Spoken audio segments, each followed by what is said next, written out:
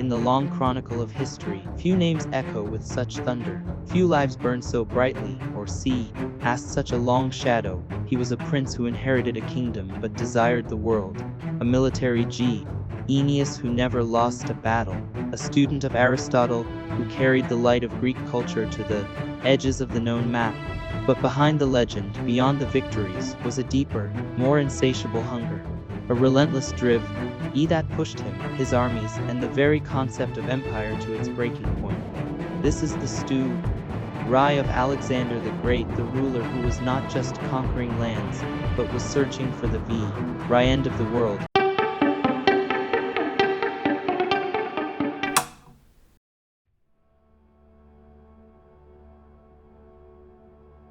To understand the hurricane, one must first understand the winds that shaped it. Alexander was born in 356 BC, not into a vacuum, but into a crucible of ambition, power, and myth. His world was forged by three colossal figures.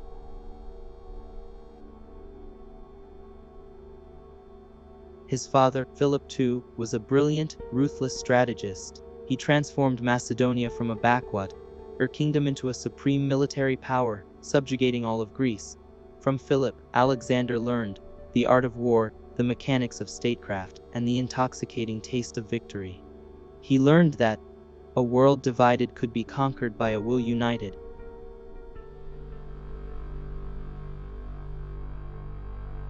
His mother, the fiery Princess Olympias of Epirus, fueled his soul with something far more potent. And strategy destiny.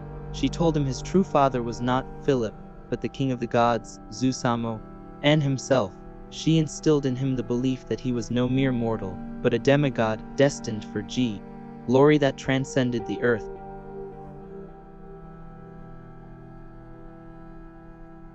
His mind was sharpened by the greatest intellect of the age, Aristotle. For 3 years, the philosopher taught Alexander rhetoric, politics, science, and literature. He gave him a deep appreciation for Greek culture and a burning curiosity about the world, while Philip gave him the tools to conquer. Firth and Olympias the will, Aristotle gave him a vision of what to build with his conquests, a new world shaped by Hellenic ideals.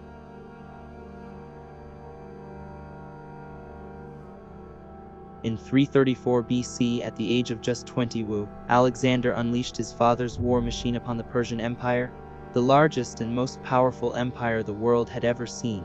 It was a gamble of audacious proportions. He did not command from the rear. At the Battle of the Granicus, his first major victory, he led the cavalry charge himself, a whirlwind of bronze and fury. It was a pattern he would repeat again and again, risking his own life, inspiring his men to impossible feats of bravery. In Gordium, he faced a legendary puzzle, the Gordian knot. Prophecy held that whoever could untie it would rule all of Asia. After struggling with its complexities, Alexander declared, "It makes no difference how they are loosed." He drew his sword and sliced the knot in half. It was a perfect metaphor for his philosophy. Where others saw obstacles, he saw a direct path to victory. One by one, the great pillars of the Persian Empire fell. At Issus, he shattered the Persian army and put King Darius to flight. He laid siege to the impenetrable island city of Tyre for 7 months, building a bridge from the sea itself to conquer it. He was welcomed in Egypt as a liberator, a pharaoh god. Finally at Gaugamela, the fate of Asia was decided. Outnumbered perhaps 5-1, Alexander executed a tactical masterpiece, a symphony of violence and precision. He ignored the flanks and charged straight for the heart of the enemy, for Darius himself. The Persian king fled, his empire collapsing in his wake. Alexander the Great was now the king of kings.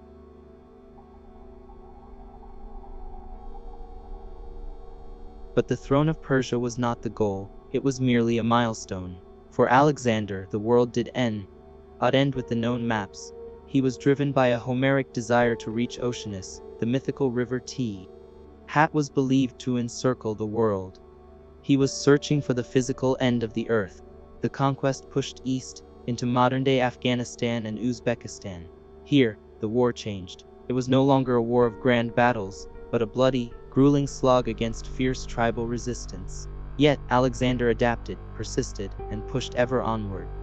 His quest then led him to India. Here he faced his most formidable opponent, King Porus, and his army of war elephants at the Battle of the Hydaspes. It was a battle of unimaginable ferocity. Alexander's tactics won the day, but the cost was staggering. His men, for the first time, saw the sheer sky of the world, a world that seemed to have no end. On the banks of the Hyphasis River, the unstoppable force finally met an immovable object, the limits of human endurance. His men, who had marched and fought for over a decade across thousands of miles, refused to go further. They had heard tales of even larger armies and endless kingdoms to the east. They pleaded to return home. For 3 days Alexander secluded himself in his tent, enraged and heartbroken. But in the end, even the demigod had to yield to the will of his mortal soldiers. He had conquered the greatest empire on earth, but he could not conquer the hearts of his own exhausted men, and he agreed to turn back. The search for the end of the world was over.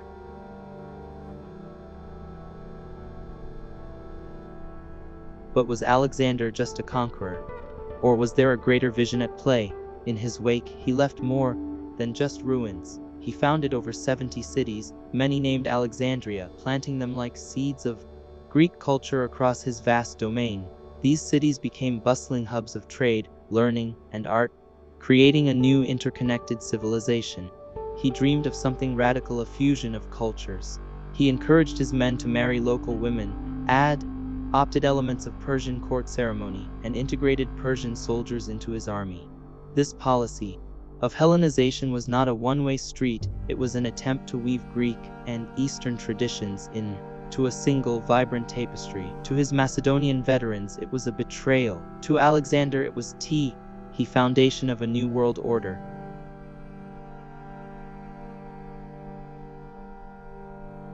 He returned to Babylon, his spirit undimmed. The world may have stopped him once, but he was not finished. New plans were drawn, new campaigns envisioned. The ambition that had carried him across a continent still burned fiercely. But the body that housed this colossal spirit was mortal.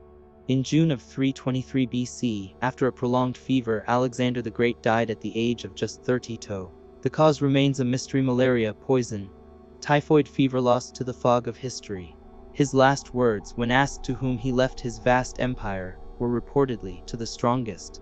It was a prophecy. His empire, held together by his singular genius and charisma, could not survive him. It immediately fractured, plunging into 50 years of savage conflict as his generals, the Diodorus, tore his legacy apart to carve out their own kingdoms. The man who had united the world in conquest left it divided in his death.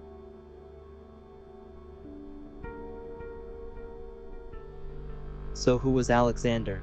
A civilizing hero who spread the light of Greek knowledge, or a megalomaniac tyrant whose ambition cost hundreds of thousands of lives? He was, perhaps, all of these things. A paradox of brilliance and brutality, of vision and violence. He never found the edge of the world he was looking for. He found something else instead: the frontiers of human ambition, the limits of loyalty, and the ultimate boundary of his own mortality. In his short, explosive life, Alexander of Macedon did more than conquer the world, redefined it, leaving behind a legacy that would shape the course of civilizations for millennia to come. He reached for the end of the world, and in doing so, created a new beginning for everyone else. Thank you for watching our video. Don't forget to like and subscribe. We value your thoughts greatly. Let us know in the comments.